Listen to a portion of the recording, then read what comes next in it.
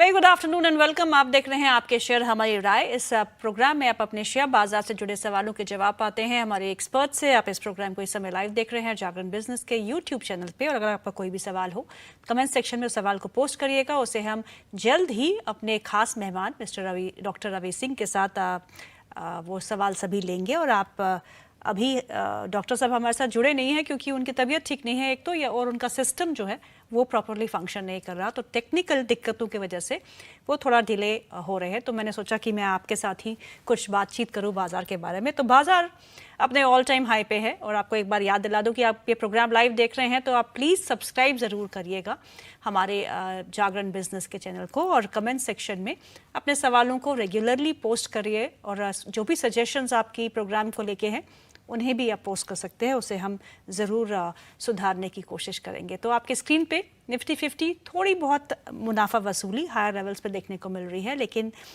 आज भी एक नया उच्चतम स्तर निफ्टी ने बनाया और उस स्तर को देखते हैं 26,112 is the all time high that Nifty ने आज बनाया है। उसके बाद एक ज़ोरदार तेज़ी अभी भी बिल्कुल कायम है। बैंक निफ्टी अपने हाई से थोड़ा बहुत नीचे है लेकिन हाई के आसपास ही कामकाज करते हैं। आज निफ्टी 50 में जो स्टॉक्स बहुत अच्छा प्रदर्शन कर रहे हैं उसमें मारुति शामिल है 5% ऊपर, टाटा मोटर्स 2% ऊपर, टाटा स्टील 2% ऊपर, और हिंडाल्को और नेस्ले कुछ अन्य काउंटर्स जहां पे एक अच्छी मजबूती देखने को मिल रही है। आज लूजर्स में फार्मा स्पेस के दिग्गज कंपनी सिप्ला शामिल है, 2.5% की गिरावट है। ओएनजीसी में थोड़ी बहुत गिरावट 2% के आसपास। डीवीज लैब, हीरो मोटोकॉर्प और एलएनटी में भी गिरावट है। हीरो मोटोकॉर्प पे बड़ा इंटरेस्टिंग समय आपको एक बताती हूँ। आज ब्रोकरेज रिपोर्ट्स आई हैं दो, जहां एक तरफ बताया जा रहा है कि 44% डाउन साइड है और दूसरी रिपोर्ट बोलती है अभी भी 15% का अपसाइड है। तो हमारे जो निवेशक हैं वो बीच में फंस गए हैं कि अपसाइड को खेले या डाउन साइड का इंतजार करें। उस बीच में आज स्टॉक करीबन 2.5 से 3% की गिरावट के साथ कामकाज कर रहे हैं, पर फंडामेंटली काफ़ी अच्छी कंपनी है और इसकी एक सब्सिडियरी का आईपीओ भी आने वाला है। बहुत अच्छा रुझान, बहुत अच्छा एक मोमेंटम ये स्टॉक पहले ही दे चुका है, तो थोड़ी बहुत मुनाफा वसूली जो है हीरो मोटो के स्टॉक पे देखने को मिल रही है। So overall the markets look quite comfortable at these levels. आज एक्सपायरी का भी दिन है, मंथली एक्सपायरी का भी, फिर भी बाजार में उतना वॉलेटाइल नहीं है। आज के बाजार में भी एक डिसेंट सी मोमेंटम के साथ हम बाजार कामकाज कर रहे हैं। रोल ओवर्स के आंकड़े कैसे रहेंगे वो उनके बेसिस पे हम आगे की पोजीशंस आपको बता सकते हैं। और साथ में ही अर्निंग सीजन शुरू हो रहा है, आरबीआई की पॉलिसी है जो इस बाजार को आगे दिशा दे सकती है। सो इम्पॉर्टेंट बहुत कुछ है। और 30th को सेबी की बैठक भी है, ये भी याद दिला दूं, जहां पे हमको कुछ बदलाव जो है रेगुलेशंस जो है वो देखने को मिल सकती है। आईपीओ बाजार पे खास तौर पे भी वहाँ पे शिकंजा कसा जा सकता है। आज देवेंद्र सर हमारे साथ थे, उन्होंने कहा कि आईपीओ बाजार को देखना पड़ेगा, ये सट्टा बाजार सा बन गया है। So we can expect some big moves from SEBI so as to regulate the markets. और ये रेगुलेट क्यों करते हैं बाजार को, कि हमारे रिटेल निवेशकों को आगे दिक्कत ना हो। So it is better that the markets are regulated nicely और स्पेकुलेशन ना हो, मैनिपुलेशन ना हो। इसके लिए चलिए अब हमारे साथ बहुत ही खास मेहमान जुड़ चुके हैं, doctor Ravi Singh. He is a market expert and senior vice president retail research at Religare broking. Very good afternoon Ravi sir and thank you so much for taking our time. आपकी तबीयत ठीक नहीं है वो हम जानते हैं, और we wish you good health and get well soon की मैसेज के साथ हम ये प्रोग्राम की शुरुआत करते हैं। Thank you very much ma'am understanding के लिए। इसलिए थोड़ा सा नेटवर्क इश्यू की वजह से लेट हम लोग यहाँ पे ज्वाइन कर रहे हैं, बट आपने स्टार्ट बहुत अच्छा बताया और लिटरली इस समय काफी हद तक यहाँ पर कंफ्यूजन क्रिएट है, चाहे निफ्टी हो या फिर सेंसेक्स हो या फिर इस समय कि क्या ये हाई पे मार्केट टिकेगा, ये सबसे बड़ा सवाल है। क्या हाई पे मार्केट यहाँ पर टिका रहेगा या फिर एक करेक्शन यहाँ पर देखने को मिलेगा। मुझे ऐसा लगता है कि मार्केट में तो बुलिशनेस रहेगी, लेकिन स्टॉक स्पेसिफिक मूवमेंट जब चलना चालू हो जाएगा जी, तो आपके पोर्टफोलियो में भी यहाँ पर चमक रहेगी। तो फिलहाल अभी के लिए कॉशियस होकर ट्रेड करने की बहुत ज्यादा जरूरत है। बिल्कुल। और अगर हम बेंचमार्क्स को देखें, जो भी शेयर बेंचमार्क्स पे शामिल है, बेंचमार्क्स उन्हें कहते हैं जो टॉप शेयर्स होते हैं। जैसे आपके निफ्टी में 50 शेयर होते हैं, सेंसेक्स में 30 शेयर होते हैं, इनको हम बेंचमार्क इंडाइसेस बोलते हैं। ये क्रीम जो पूरे स्टॉक मार्केट में 4,000-5,000 स्टॉक लिस्टेड है, उसकी क्रीम जो है वो इन इंडाइसेस में होती है। और बेंचमार्क्स तो होल्ड कर रहे हैं क्योंकि एफआईआईज और फॉरेन फंड्स और पेंशन फंड्स इन्हीं स्टॉक्स को खरीदते हैं, इनके वॉल्यूम्स अच्छे होते हैं, गवर्नेंस अच्छी होती है, मार्केट कैप अच्छी होती है और एग्जिट और एंट्री आसानी से होती है, तो इनको वो प्रेफर करते हैं। तो ये इंडाइसेस हालांकि होल्ड कर रहे हैं, पर इंडिविजुअल लेवल पे अगर हम मिड कैप और स्मॉल कैप स्पेस में देखें तो वहाँ पे हमको गिरावट देखने को मिल रही है। Some of the PSU banks have corrected 20, 25, 30%। Defence में भी ऐसा ही हुआ, रेलवेज में भी ऐसा हुआ, क्योंकि वो मिड कैप और स्मॉल कैप कैटेगरी में आते हैं। तो वहाँ पे थोड़ा कॉशियस अप्रोच आपको सब अच्छे से समझाया रवि सर ने कि थोड़ी कॉशियसली आप इस मार्केट को इस लेवल पे एक्सप्लोर करिएगा। But yes, earnings, RBI policy और सेबी की बैठक are the important triggers that will shape the markets from the current levels. चलिए हम सवाल जवाब का सिलसिला शुरू करते हैं, रवि सर का टाइम भी वेस्ट नहीं करते। और पहले हमारे कॉलर है सुशील आनंद जी, उनके पास ओरिएंट टेक्नोलॉजी के शेयर है रवि जी, 50 शेयर है एट 290। जानना चाहते हैं कि इसमें क्या करना चाहिए। देखिए, ओरिएंट टेक्नोलॉजी में थोड़ा सा ऊपर से प्रॉफिट बुकिंग जरूर आ रही है, लेकिन मुझे ऐसा लगता है कि अभी 288 के स्टॉप लॉस से शॉर्ट टर्म पे होल्ड करना चाहिए। वापस से 310 के टारगेट देखने को मिलेंगे, और अगर थोड़ा लंबा विचार है तो स्टॉप लॉस थोड़ा लंबा कर लीजिए और रख लीजिए 280 का स्टॉप लॉस, और टारगेट रखिए 320 रुपए का। स्टॉक अच्छा है, स्ट्रक्चर यहाँ पर अच्छा दिखाई दे रहा है, थोड़ी सी प्रॉफिट बुकिंग है, लेकिन फिलहाल 1-2 दिनों में आपको फिर से एक अग्रेसिव अपट्रेंड देखने को मिल सकता है। तो मुझे लगता है अभी के हिसाब से स्टॉप लॉस के साथ पोजीशन को होल्ड करके रखें। एक और बात जो मैं अपने व्यूअर से कहना भूल गई थी कि ये प्रोग्राम थोड़ा एक्सटेंड किया जाएगा क्योंकि रवि सर लेट आए हैं, तो प्लीज अपने सवाल भेजते रहिएगा। वसीम जी का सवाल है IIFL फाइनेंस को लेके, उनके पास खरीदारी है 515 पे, 150 शेयर्स है उनके पास। जानना चाहते हैं कि यहाँ से क्या करना चाहिए। देखिए, दुख के साथ कहना पड़ रहा है, थोड़ा सा गिरावट का रुझान दिखाई दे रहा है, यहाँ पर और गिरावट हो सकती है, तो एक बार को यहाँ पर एग्जिट करने की राय है, लॉस बढ़ सकता है। अगर दोबारा खरीदना है तो 440 450 के आसपास के लेवल्स को यहाँ पर देखिए। फिलहाल अभी करंट लेवल पर एक बार एग्जिट कर जाइए। अब एग्जिट करके अगर कहीं जाते हैं और आपको दूसरा ऑप्शन ढूंढना है, तो फिलहाल तो अभी मार्केट में इस समय मेटल और दूसरे काउंटर्स ज्यादा चल रहे हैं। मुझे लगता है सेल को आप अपने यहां पर पोर्टफोलियो में ऐड कर सकते हैं, लेकिन IIFL फाइनेंस से एक बार आपको यहां पर निकलना चाहिए। जी रवि सर, आपने मेटल्स की बात उठाई तो इस पे चर्चा जरूर करेंगे, क्योंकि मेटल एक स्पेस है जो अंडर परफॉर्मेंस हमको देखने को मिली है और जो अब उभर के आ रहा है, बिकॉज डॉलर इंडेक्स जो है वो 100 के आंकड़े के नीचे आ चुका है। चाइना में स्टिमुलस की बात चल रही है तो वहाँ से डिमांड बढ़ेगी। अपने देश में भी एक इंफ्रास्ट्रक्चर को लेके काफ़ी थ्रस्ट रहा है सरकार का, तो यहाँ पे डिमांड बढ़ सकती है और आने वाले समय में भी डिमांड जो है वो अच्छी रहने की उम्मीद है। इसके बीच आप दो ऐसे काउंटर्स बता दीजिए रवि जी जो मेटल स्पेस में इस समय खरीदने चाहिए। देखिए, मेटल में जैसे मैंने पहले एक सेल की बात करी, इस समय 139, 38 और 140 के बीच में चल रहा है और अच्छे लेवल्स हैं, यहाँ पर खरीदारी करना बनता है।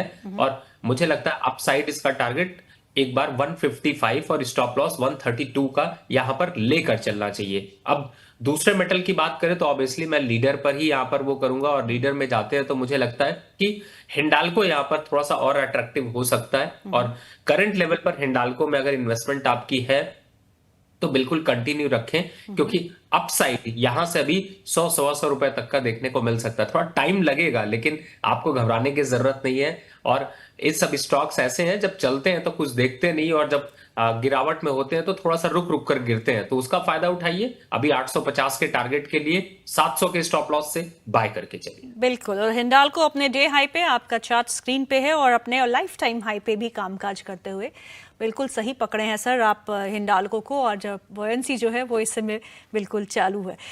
एक और सवाल है, नाम नहीं लिखा, ओगार शुगर पे सवाल है। शुगर स्पेस काफ़ी बजिंग रही है क्योंकि इंटरनेशनल मार्केट में शुगर के दाम जो है वो बढ़ रहे हैं, और एथेनॉल एक और स्टोरी है शुगर की, तो कभी ना कभी इस स्पेस में भी एक अच्छा स्पर्ट देखने को मिल रहा है। अब क्रशिंग सीजन शुगर का शुरू हो रहा है, तो उसके चलते हुए भी एक अच्छा मोमेंटम बना हुआ है। तो उगार शुगर पे आपकी राय मांग रहे हैं। देखिए, एक दो चीजें यहाँ पर मैं आपको कहूंगा, जो आपने चूंकि काफी लंबा चर्चा पूरे शुगर सेक्टर की, पहले तो उगार की बात कर लेते हैं। देखिए, गिरावट है, गिरेगा, 80 रुपीज तक आ सकता है, ज्यादा लंबा बने मत रहिए, नुकसान हो जाएगा। दूसरा देखिए, ये क्या होता है ना, जैसे सीजन होता है, जैसे होटलों का सीजन आता है, इसका सब्जियों का सीजन आता है, वैसे ही शुगर का भी सीजन आता है। जब शुगर कंपनियों के लॉसेस बहुत बढ़ जाते हैं, तब एथेनॉल की स्टोरी को यहाँ पर जो है वो उभार के दे दिया जाता है, जिससे कि कंपनियों के शेयर बहुत ज्यादा प्राइसेस ना गिरे। तो ये एक तरीके से आपको इम्पैक्ट देखने को मिलता है। लेकिन देखिए, एथेनॉल का जो मिक्सिंग है वो चल रहा है, जो प्रोडक्शन है वो चल रहा है। मेन इंपॉर्टेंट ये है कि हमारी डिमांड सप्लाई में क्या गैप है इस समय। ओवरऑल अगर देखी जाए तो पूरे शुगर की पैदावार जो होती है उसके करीब 28 बिलियन के करीब होती है, मिलियन टन के आसपास होती है। हमारा यूटिलाइजेशन है 25 मिलियन टन, बाकी बचा हुआ बच जाता है। और उसकी वजह से क्या होता है कि ना, आपने देखा होगा कि एथेनॉल की स्टोरीज आ जाती है, सरकार हर बार बजट में कुछ सब्सिडी अनाउंस करती है जो कि यहाँ पर इन्वेस्टर को सपोर्ट देती है। तो ये स्टोरीज और ये जब चीजें होती है, किसी कंपनी को ऑर्डर मिलता है, इस पे न्यूज बेस्ड थोड़ा सा फोकस रखें। जागरण पे आप न्यूज देती ही हैं, तो मुझे लगता है वहां पर थोड़ा ध्यान देना चाहिए। फिलहाल पूरे शुगर सेक्टर से इस समय एक बार को एग्जिट होना चाहिए। बहुत ज्यादा कुछ अग्रेसिव अप ट्रेंड नहीं है, और ज्यादातर स्टॉक सपोर्ट पे हैं, और सपोर्ट से अगर टूटते हैं तो लंबा गिरावट आ सकती है। करीब 5 से 8% की गिरावट के संकेत दिखाई दे रहे हैं। मुझे लगता है सिर्फ यही नहीं, यहाँ पर राष्ट्रीय शुगर, रेणुका शुगर, धामपुर, द्वारिका, उत्तम शुगर, इन सबसे एक बार दूरी बनानी चाहिए। तो यानी कि शुगर स्पेस से अभी आपको दूर रहना चाहिए, क्योंकि अब सीजन जो है, शुगर सीजन शुरू हो रहा है। हालांकि फेस्टिव सीजन में डिमांड जो होती है वो शुगर की बढ़ती है, लेकिन हमारी प्रोडक्शन भी बहुत अच्छी है इस बार, बिकॉज हमारे मानसून्स भी काफ़ी अच्छे रहे हैं। So couple of stories playing in sugar, but since आपको रवि जी ने कहा है कि दूर रहने के लिए, तो आप इससे दूर ही रहे।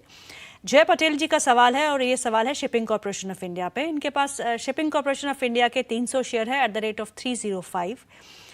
मुझे क्या करना चाहिए, अभी लॉस में हूँ। देखिए, आप लोग ना इस स्टोरी को प्ले करना सीखिए। जब आपने 303 पे लिया था, अगर आप इस प्रोग्राम को फॉलो कर रहे हैं या कहीं पे भी आप देखते होंगे, तो जनरली 250 245 पे इसका बॉटम आउट हो रहा था, और वहां से ये स्टॉक वापस 270 75 अभी कुछ दिन पहले देखने को मिला। फिलहाल करेक्शन के फेज में है। करेक्शन के बाद वापस आपको जो नोट करा रहा हूं उसको ध्यान रखिए। 255 और 260 इन लेवल्स पर आता है। थोड़ा एवरेज करने की जरूर सोचिए, क्योंकि अगर एवरेज नहीं करेंगे तो निकल नहीं पाएंगे। आपको लॉन्ग टर्म पे अगर देखते हैं, 1 साल का विजन है, तो आपको 310 315 रुपए के भाव, और अगर थोड़ा सा यहां पर फंडामेंटल और डेवलप हो गया, जैसे अर्निंग सीजन की आप बात ही कर रही थी, उस पर रिजल्ट जो इंपैक्ट आएगा उसको देखते हैं, तो वापस से 300 तो आएगा। लेकिन क्या 300 आने पे आप बड़ा प्रॉफिट बना पाएंगे, उसकी चिंता करें तो ज्यादा अच्छा है। तो थोड़ा स्ट्रैटेजी यहां पर अप्लाई करके चलिए, और थोड़ा बेस पे एवरेज करिए। वापस से 310 के आसपास तक आएगा, तब निकलिएगा, प्रॉफिट बुक करिएगा। लेकिन जल्दबाजी नहीं, 3 से 6 महीने का समय लगेगा। जी, तरुण सिंह जी का सवाल है, और इनका सवाल 2 स्टॉक्स पे है। एक IFCI पे है, इनके पास 600 शेयर है at the rate of 28 rupees each. दूसरा बजाज हिंदुस्तान है at the 700 share at the rate of 4120। Sir, इसमें लॉस हो रहा है, ऊपर जाएगा या नहीं, प्लीज बता दीजिए। देखिए, मैंने अभी ही शुगर स्पेस में बताया था, तो पहले बजाज हिंदुस्तान को ले लेते हैं। मैंने बताया था, अभी देखिए 40 रुपए चल रहा है, 38 रुपए की संभावना यहाँ पर बन रही है, और 38 से भी नीचे एक बार 35 के भाव आए तो बेस्ट बाय बनता है। तो 1-1.5 रुपए का नुकसान है, 2 रुपए 2.5 रुपए और गिर सकता है। अगर नहीं जल्दबाजी है तो एक बार एग्जिट कर लीजिए, ऐसा कुछ खास यहाँ पर नुकसान नहीं आपको हो रहा है। और वापस से 35 36 या 38 के आसपास आता है तो बाय करिएगा, और लगता है कि नहीं 35 आएगा मैं और बाय कर लूंगा, तो होल्ड करके रखिए। और अपसाइड टारगेट 44 के ऊपर फिलहाल तो नहीं दिखाई दे रहा। दूसरा स्टॉक IFCI है, फिलहाल पूरी तरह से डाउनवर्ड चैनल पे है, और अभी गिरावट में ये 55 रुपए तक के भाव दिखा सकता है। इस समय 66 चल रहा है। दूर रहिए स्टॉक से, एक बार एग्जिट कर लीजिए। दूसरे स्टॉक देखते हैं, तो स्टॉक में देखिए गिरावट चूंकि ज्यादा हो रही, तो IND बैंक, यानी कि यहां पर इंडियन मर्चेंट बैंक है, वो थोड़ा सा 48 के पास चल रहा है। वो आपको थोड़ा अट्रैक्टिव, रुकावट रहेगी, बहुत बढ़त नहीं होगी, लेकिन बहुत ज्यादा गिरावट नहीं होगी। आप उस पर स्विच कर लीजिए, पैसा थोड़ा उधर फंसा लीजिए। अगर चला तो वो चल जाएगा, इधर से आप बच जाएंगे। तो ऐसा करके स्ट्रैटेजी अपना सकते हैं। जी, और IFCI में तो इनको मुनाफा भी हो रहा है। 28 की खरीद है, 60 के आसपास का स्टॉक 65 के आसपास चल रहा है, और आपने कहा 55 तक आएगा, तो 10 रुपए तो खा ही सकते हैं वैसे भी निकाल के। आई मीन इफ नहीं, रियली बिल्कुल, वांट्स टू गेट। तभी मैंने राय दिया मैम कि इनको एक बार को एग्जिट, मैंने बोला एग्जिट करना चाहिए, और एग्जिट करके अगर पैसा डालने की सोच रहे हैं कि कहाँ डालें, फिर कभी नीचे आ जाएगा तो खरीद लें, तो आईएनडी बैंक जो कि इससे सस्ता मिल रहा है, इसीलिए मैंने ये ऑप्शन दिया। जी। संदीप जी का सवाल है, और ये सवाल है बजाज हाउसिंग फाइनेंस पे, जो अभी अभी लिस्ट हुआ है। वो जानना चाहते हैं कि फ्रेश एंट्री के लेवल क्या हो सकते हैं सर, वो एंट्री करनी भी चाहिए या नहीं? देखिए इस समय तो मुझे ऐसा लगता है कि काफी हवा चल रही है। कुछ दिन पहले अभी एक स्टॉक लिस्ट हुआ था। इस तरीके के स्टॉक्स जो आजकल आईपीओ में लिस्ट होते हैं, उसके बाद जब गिरावट की तरफ जाते हैं तो 6-6 महीने तक गिरावट रहती है। नहीं लेंगे तो क्या ऑप्शन है सर? बहुत ऑप्शंस आपके पास है, आप दूसरे स्टॉक्स की तरफ फोकस कर सकते हैं। आप कहते हैं 3 साल के लिए हम ले रहे हैं, और फिर जैसे ही 3 रुपए गिरता है तुरंत परेशान होना शुरू हो जाते हैं। अगर ऐसी स्ट्रैटेजी है तब तो फिर नहीं लेना चाहिए। लेकिन हाँ, अगर लॉन्ग टर्म व्यू है तो तैयार रहिए। 120-100 रुपए के आसपास आएगा, ऐसा नहीं है कि नहीं आएगा। वहां भी आएगा, वहां भी खरीदिएगा। लेकिन 5-10 साल के पॉइंट ऑफ व्यू से सोचते हैं तो अच्छा है, लेकिन अगर शॉर्ट टर्म के हिसाब से देखते हैं तो वेट कर लीजिए। 130 के आसपास आता है तो दोबारा तंग करिए। जी। कमलेश जी का सवाल है, और सवाल है एचबीएल पावर पे। Hello Ravi sir, HBL power 200 share है मेरे पास at the rate of 63 rupees each. Long term के लिए लिया है। स्टॉक 580 से 650 के दायरे में फंस चुका है। कवच की इम्प्लीमेंटेशन स्लो हो रही है, क्या करना चाहिए, प्लीज गाइड। पूरी स्टोरी तो बता दी इन्होंने। नहीं देखिए, मेरे हिसाब से स्टॉक अच्छा है, और बिल्कुल इन्होंने सही कहा। लेकिन फिर भी मैं ये मानता हूं कि स्टॉक में 500 जो इन्होंने बताया कि 580, तो मैं वो लेवल ध्यान दिला दूं, 580 के नीचे जाता है तो ही रिस्क यहां पर पैदा होगा, नहीं तो अदरवाइज रिस्क नहीं है। और वापस से 750 की स्टोरी के लिए फाइट कर सकता है। तो मेरे हिसाब से अगर आपको जल्दबाजी नहीं है तो बने रहिए। और वैसे भी थोड़ी स्टोरी आउट हो जरूर हो रही है, लेकिन अभी फिलहाल जो है वो इसका दम खम दिखाई दे रहा है। तो जल्दबाजी नहीं करिए, थोड़ा वेट कर सकते हैं। यहाँ पर वेट एंड वॉच की रखनी चाहिए स्टडी। जी। अगला सवाल है पीईएल पे। पीईएल राजू कुमार प्रसाद जी का सवाल है। रवि सर नमस्कार, PEL buy price 900, please suggest stop loss and long term target. देखिए स्टॉप लॉस तो आपका जो बाइंग प्राइस है उससे 50 रुपए ऊपर, एक 950 का स्टॉप लॉस, और टारगेट जहां तक बात करें 1250। और अगर लॉन्ग टर्म 3 साल 5 साल का विजन है 1850, 1800 से 2000 के लेवल आएंगे। तो मेरे हिसाब से लंबा सफर यहां पर है। लेकिन आप एक 950 का स्टॉप लॉस डाल लीजिए। अगर उसके नीचे जाता है तो सोचिएगा, लॉन्ग टर्म के हिसाब से थोड़ा एवरेज करने के लिए और लेंगे। लेकिन फिलहाल अभी आप ट्रेंड पे है, 1250 इमीडिएट टारगेट दिखाई दे रहा है। साकेत अग्रवाल जी का सवाल वेदांता पे है। इनके पास वेदांता है, खरीद है 305 रुपए में, 2 से 3 साल के लिए निवेशित रह सकते हैं। आपसे राय मांग रहे हैं, क्या करना चाहिए? देखिए ये सब तो आपके रिटायरमेंट प्लानिंग स्टॉक्स हैं। वेदांता, मोइल, कोल इंडिया अगर आप रखते हैं तो साल दर साल आपको ग्रोथ दिखने को मिलती रहती है। हाल फिलहाल में अभी वेदांता मैंने 430 रुपए पे फिर से रिकमेंड किया था। बहुत से लोगों को 480 पे कटवा भी दिया, क्योंकि बहुत से लोग मोमेंटरी ट्रेड करते हैं। लेकिन लॉन्ग टर्म विजन पे 580 का टारगेट इसका है। तो मुझे लगता है कि यहाँ पर अभी चलने देना चाहिए, थोड़ा वेट एंड वॉच करिए। और ये स्टॉक की एक खास बात है, अगर ये स्टॉक निगेटिव रहता है, दुखी रहता है, तो उतना ही डिविडेंड देके आपको खुश कर देता है। ट्रू। तो वो भी फायदा है, बने रहिए। जी। रवि जी, मेरा एक सवाल है। आज हीरो मोटोकॉर्प के रिसर्च रिपोर्ट्स देखिए। एक रिपोर्ट बोलती है 15% का अपसाइड, दूसरी रिपोर्ट बोलती है 44% का डाउनसाइड। अब जो बेचारा इन्वेस्टर है वो क्या करे, वो कंफ्यूज हो जाता है। बिल्कुल, देखिए सबके डिफरेंट डिफरेंट व्यूज होते हैं। कुछ 10% ऊपर, कुछ 44% डाउन साइड दे रहे हैं। देखिए सबको अपनी एक्सक्लूसिव रिपोर्ट यहाँ पर रिलीज करनी होती, फंडामेंटल नंबर्स यहाँ पर देखने की जरूरत है। लेकिन मैं एक एक्सपेक्टेशन पे जरूर कह सकता हूँ, थोड़ा ओवरबॉट शेयर लग रहा है, और इन भाव पर थोड़ा सा प्रॉफिट बुकिंग जरूर करनी चाहिए। बहुत लंबी गिरावट तो नहीं, लेकिन हाँ 52-5300 के आसपास तक के लेवल जरूर आपको देखने को मिल सकते हैं। और अपसाइड ऐसा नहीं है कि ये अभी गिर जाएगा, इसलिए डरिए नहीं, आराम से बैठ के यहां पर गिरावट आएगी। लेकिन जब कंसोलिडेट करेगा, कम से कम 15-20 दिन लगाएगा, एक सिंगल डे पे इन स्टॉक्स में गिरावट नहीं आती। अभी फिलहाल 6200 तक एक बार जंप में ये स्टॉक जाता हुआ नजर आएगा। उन लेवल से वापस गिरावट के संकेत बनेंगे। तो पार्शियली स्टॉप लॉस फॉलो करिए। 6000 के नीचे जाता है तो एग्जिट कर लीजिए, 6200 आता है तो थोड़ा प्रॉफिट बुक कर लीजिए, कौन सा आपका रिश्तेदार है? जो प्रॉफिट दे रहा है वही रिश्तेदार है, जो आपको प्रॉफिट बना रहा है वही आपका फ्रेंड है। ट्रेंडी फ्रेंड बनाइए। इस जिसकी सही रिपोर्ट है उससे आपको सिर्फ लेवल का ध्यान रखना है। तो 6000 के नीचे एग्जिट, 6200 के पास प्रॉफिट बुक। बिल्कुल। और आप इंट्राडे हाई पे इस समय कामकाज कर रहा है हीरो मोटोकॉर्प। आज सुबह तेज गिरावट के साथ खुला था ये स्टॉक, लेकिन अब अपने डे हाई पे आ चुका है। इंट्राडे चार्ट्स अगर हमारे प्रोड्यूसर्स, ये आपके स्क्रीन पे है, हल्का लाल निशान बचा हुआ है। अब 6055 के आसपास इस समय कामकाज करते हुए। अगला सवाल जो है वो है जेके टायर पे और सीएट पे। नवनीत जी का सवाल है, वो बोल रहे हैं सर मुझे दोनों ही स्टॉक में से एक स्टॉक खरीदना है, कौन सा खरीदूं? आज सीएट ने एक फिर ऑल टाइम हाई टच किया। जेके टायर यहाँ पर ज्यादा अच्छा लग रहा है मुझे। मैं देखिए रीजन अच्छा लगने का यही है सिर्फ कि जेके टायर थोड़ा सस्ता मिल जा रहा है। और आप 415, 420, 425, 400 इन सब लेवल्स पर आप निवेश कर सकते हैं। 550 का टारगेट रख सकते हैं 370 के स्टॉप लॉस से। लेकिन जब सीएट की बात करें तो थोड़ा महंगा सा लगता है। रिटर्न वही मिलने के चांसेस है, लेकिन उसमें ज्यादा पैसे आपको लगाने पड़ेंगे, इन्वेस्टमेंट ज्यादा करनी पड़ेगी, तब आपको वो रिटर्न मिलेंगे। तो मुझे लगता है कि जेके की तरफ जाते हैं, विन विन रेस जो है उस पर चलते हैं, जेके को बाय कर सकते जी। अगला सवाल है अभी का। अब नाम तो अभी लिखा है। आरती इंडस्ट्रीज पे 39 shares at the rate of 675। What to do? Currently in loss. How long do I need to wait? किस लेवल का मैम इन्होंने बताया? 675 पे इनकी खरीद है। देखिए आरती इंडस्ट्री वैसे देखा जाए तो फंडामेंटली अच्छा चलता है, लेकिन थोड़ा टॉप आउट हो गया है, इस वजह से थोड़ी गिरावट है। थोड़ी गिरावट पे यहाँ पर एक स्टॉप लॉस आपको दूंगा, उसको बिल्कुल स्ट्रिक्टली फॉलो करिएगा, नहीं तो आप थोड़ा फंस जाएंगे। पहला, इस समय 580 रुपए चल रहा है।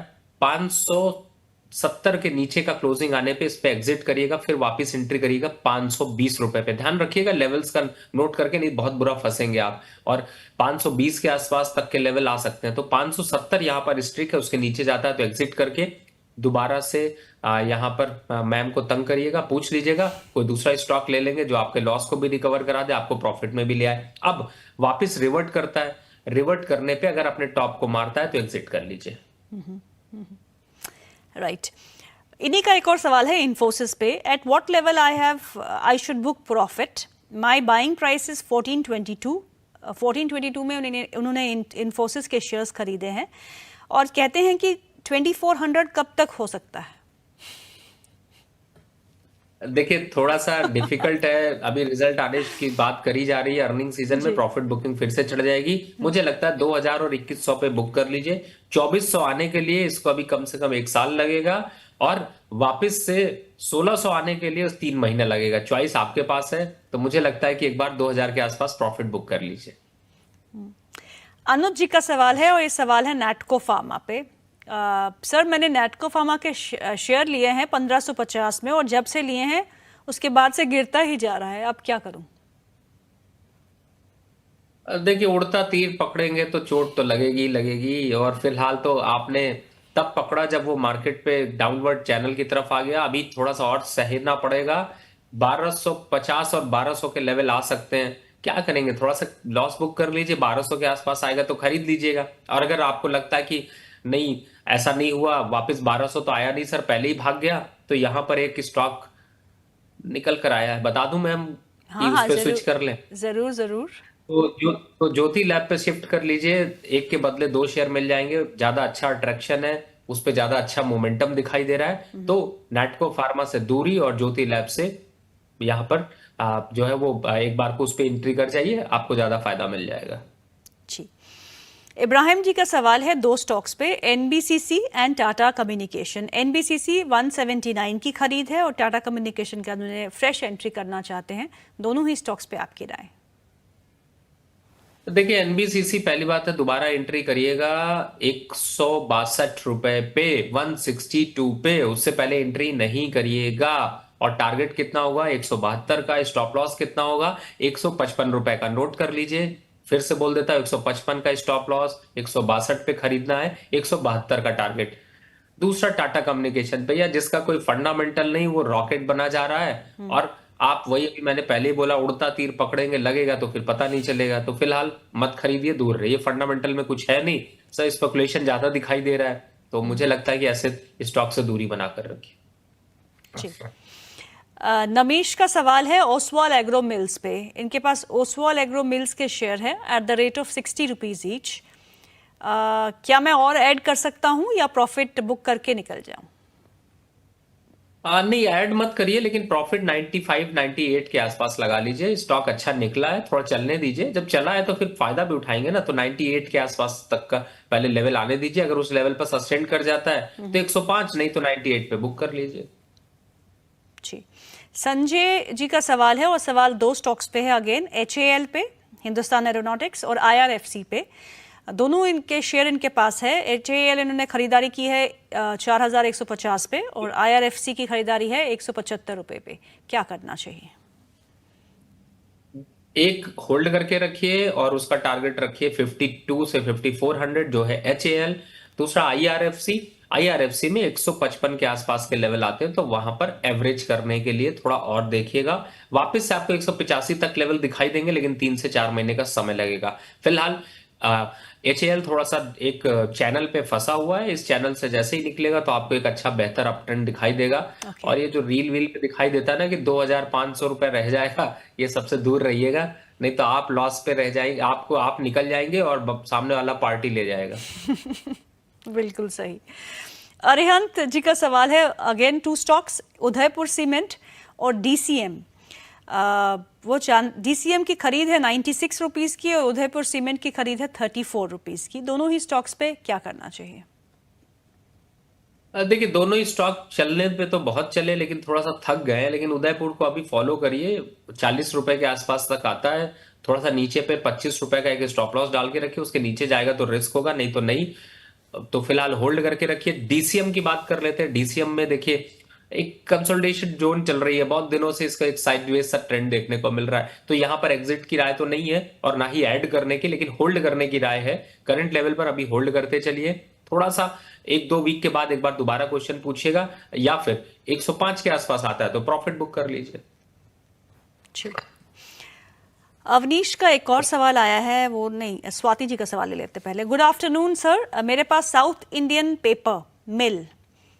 पेपर मिल के शेयर्स है at the rate of 107 and Tata Telecom है at the rate of 98। Can I hold और सेल और एवरेज, प्लीज एडवाइस? देखिए, फिलहाल तो अभी होल्ड करने की राय है। साउथ इंडियन पेपर को अगर देखते हैं तो मुझे लगता है 120 के आसपास के टारगेट आ सकते हैं, तो होल्ड करिए। एवरेज करने की भी जरूरत नहीं है, और अगर एवरेज करना भी हो तो 95 के आसपास बनता है, तो वहां पर करिएगा, यहां पर नहीं। दूसरा आपका जो टाटा का सवाल है, उसमें मैंने पहले ही बताया, अगर आप उस पर निवेश करके रखे हैं तो बहुत ज्यादा कुछ खास यहाँ पर अपवर्ड मोमेंटम तो नहीं दिखाई दे रहा। एग्जिट होने की राय है। दूसरे स्टॉक्स की रिकमेंडेशन होगी कि वहां पर लीजिए, इस स्टॉक से निकलिए।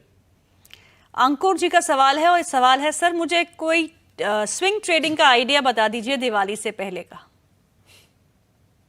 ज्योति लैब और सनटेक दो स्टॉक्स हैं जिन्हें आप स्विंग ट्रेडिंग पे ले सकते हो। सनटेक इस समय 588 585 के पास और टारगेट होगा इसका 620 का। ज्योति लैब को करंट लेवल पर बाय कर ले 536 35 पे। अपसाइड टारगेट होगा इसका करीब 570 रुपए का। तो आपको ऑप्शंस अच्छे मिल रहे हैं, दोनों आप ले सकते हैं। गुलशन कुमार राय जी का सवाल है, ये भी दो स्टॉक्स पे है, एरेकॉन एंड IRFC। दोनों ही रेलवे से जुड़ी कंपनियां हैं। 100 शेयर इनके पास एरेकॉन के हैं 250 के बाइंग प्राइस पे, और IRFC है 177 की बाइंग प्राइस है। दोनों ही स्टॉक्स पे आपके राय मांग रहे हैं।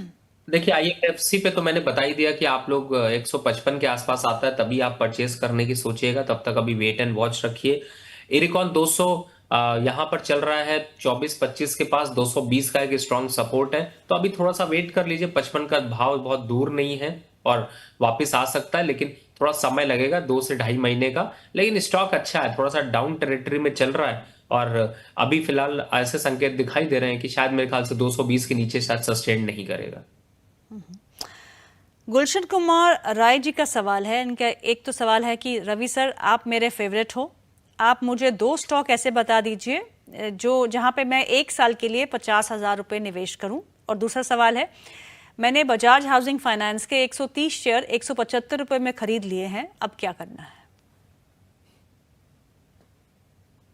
देखिए 157 रुपए बजाज वाला चल रहा है, उसकी पहली बात कर लेते हैं। और मुझे ऐसा लगता है, मैंने बताया अभी 130-32 तक आ सकता है, तो वहां पर आता है तो एक बार दोबारा पूछ लीजिएगा। लेकिन अब कटवाऊंगा नहीं, क्योंकि आपको लॉस पे कटवाऊं तो एक्सपीरियंस पुअर हो जाएगा। कोशिश करेंगे एवरेज करके वापस निकलने की। निकल जाएगा सौदा, थोड़ा टाइम लगेगा बट निकल जाएगा। बाकी आपने जैसे कहा, दो स्टॉक यहाँ पर इस समय परचेज करने के लिए। देखिए, एक स्टॉक है बैंक ऑफ बड़ौदा, 243 के पास चल रहा है, वो एक लॉन्ग टर्म के लिए अच्छा है। दूसरा स्टॉक है गेल, जो कि यहाँ पर लॉन्ग टर्म के हिसाब से अच्छा है। थोड़ा गेल ज्यादा तेजी से बढ़ चुका है, थोड़ा वेट कर लीजिए। अगर थोड़ा करेक्शन आ जाए 2-4-5 रुपए का, तो और अच्छे अट्रैक्शन लेवल हो जाएंगे। लेकिन फिलहाल अभी तो अप ट्रेंड है 250 तक का। तो यहाँ पर ये दो स्टॉक साल भर के लिए 20% से ज्यादा के रिटर्न दे सकते हैं। दीपक का सवाल है, और ये सवाल है दो स्टॉक्स पे। एक है अरिहंत कैपिटल पे और दूसरा है एलटी फूड्स पे। वेरी गुड आफ्टरनून सर, मेरे पास अरिहंत कैपिटल के 250 क्वांटिटी है एट 94 और LT foods 50 quantity eight 410। Please give your view for long term. देखिए, अरिहंत कैपिटल को मैं देखता हूं तो मुझे कुछ खास दम नहीं दिखाई देता। फिलहाल तो यहाँ पर एग्जिट की राय होगी, और बहुत ज्यादा कुछ अट्रैक्शन नहीं दिखाई दे रहा है। स्टॉक गिर के 90 रुपए के आसपास तक आ सकता है, और बड़ी गिरावट भी देखने को मिल सकती है। स्विच कर लीजिए, चेंज कर लीजिए। ऑप्शन इस समय बहुत आपको दिखाई दे रहे हैं बैंकिंग की तरफ, या फिर जीएमआर इंफ्रा यहाँ पर जा सकते हैं। बैंकिंग में आईएनडी बैंक है, पीएसबीएन में जा सकते हैं। तो यहां से थोड़ी दूरी बनाइए। एलटी फूड को अभी जरूर यहाँ पर होल्ड करके रखिए। इसमें करेक्शन तो है, लेकिन यहाँ पर बॉटम आउट हो रहा है, और अगर 1-2 वीक तक यहाँ पर टिका रहता है तो अच्छा है। नहीं तो 380 का एक स्टॉप लॉस डाल लीजिए। वापस से 430-35 के भाव देखने को मिलेंगे, और थोड़ा लंबा रखेंगे तो ज्यादा बढ़ सकता है। फिलहाल 380 के स्टॉप लॉस से होल्ड। ओके ओके, मिस्टर सरकार का सवाल ले लेते हैं। पीसी ज्वेलर्स में उसकी एंट्री है 100 share at the rate of 39 rupees. Technically target और स्टॉप लॉस क्या हो सकते हैं सर? करंट लेवल पर 180 के टारगेट वैसे दिखाई देते हैं, लेकिन मैं इतना बड़ा लालच आपको नहीं कहूंगा कि आप करिए। 39 पे लिया है तो थैंक यू भी कर लीजिए। बिल्कुल सही, थैंक यू करना भूल जाते हैं लोग, right? Yes, and it is doing well. 160 का भाव है इस समय। काफ़ी अच्छा प्रदर्शन हम सभी ज्वेलरी से रिलेटेड स्टॉक्स में देख चुके हैं, बिकॉज गोल्ड जो है वो अपने ऑल टाइम हाई पे है। सिल्वर भी अब ऑल टाइम हाई की तरफ ही जा रहा है। रश्मि जी का सवाल है, और ये सवाल जो है वो लोधा डेवलपर्स पे है। 1410 पे बाई किया है, 150 क्वांटिटी। 1 से 2 महीने तक होल्ड कर सकती हूँ। Please share your view. देखिए, पहली बात है ना, ये आप लोग जब न्यूज फॉलो करते हैं, मैं आपसे इसलिए रिक्वेस्ट कर रहा हूँ, क्योंकि जब न्यूज आती है ना, तो क्या होता है, न्यूज के टाइम पे ना कुछ स्टॉक चल जाते हैं, फिर आप लोग ना पकड़ते हैं उसको, पकड़ते हैं, उसके बाद फिर वो स्टॉक आपको पटक पटक के मारता है। वही हाल यहाँ पर होता है। तो न्यूज जब आती है उससे पहले कोशिश करिए स्टॉक को पकड़ने की।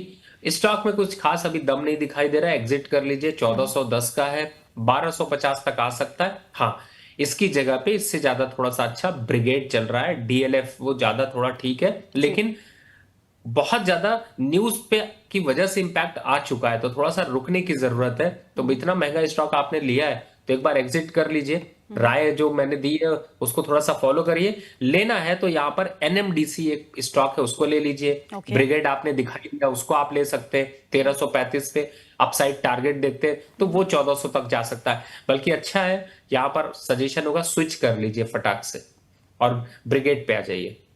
जी, प्रवीण जी का सवाल है, और सवाल है एमएनएम पे। महिंद्रा एंड महिंद्रा के शेयर है उनके पास, उन्होंने 1600 रुपए में लिए हैं। Should I wait for more risk और राइज और बुक प्रॉफिट और बाय सम मोर? महिंद्रा देखिए, का 3000 और 2800 के पास तो बिल्कुल बाय किया जा सकता है, और मेरे ख्याल से अभी चलने दीजिए। गाड़ी चल रही है, ये भी चल रहे हैं, सब कुछ अच्छा चल रहा है, फंडामेंटल अच्छा चल रहा है। थोड़ी इन्वेंट्री बढ़ी है, उससे गिरावट भी आई तो 2800 तक आ सकता है, लेकिन 2800 आ जाए तो फिर खरीद लीजिएगा। तो लंबे समय के लिए लिया है, चलने दीजिए। अच्छी जगह पे बाय है, अपसाइड टारगेट 3600 से 3800 के है, तो होल्ड करिए।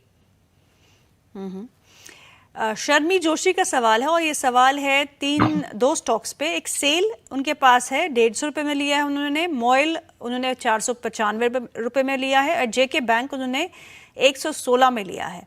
तीनों ही स्टॉक्स पे आपके रिकमेंडेशन मांग रहे हैं। देखिए मुझे तीनों ही अभी अच्छे लग रहे हैं। थोड़ा सा गिरावट जरूर दिख रही है। अभी स्टील अथॉरिटी तो मैंने दिया ही है 155 का target. Jammu and Kashmir bank वापस से 105 के आसपास आता है तो वहां पर थोड़ा सा एवरेज कर लीजिए। तीनों स्टॉक्स अच्छे हैं, होल्ड करिए, घबराने की जरूरत नहीं। थोड़ा बहुत करेक्शन दिखाई दे रहा है लेकिन बट चढ़ता हुआ भी नजर आएगा। जी, प्रवीण जी का सवाल है सारेगामा को लेके। उनके पास सारेगामा के शेयर्स है एट द रेट ऑफ 612। क्या करूं, होल्ड करूं या लॉस बुक करके निकल जाऊं?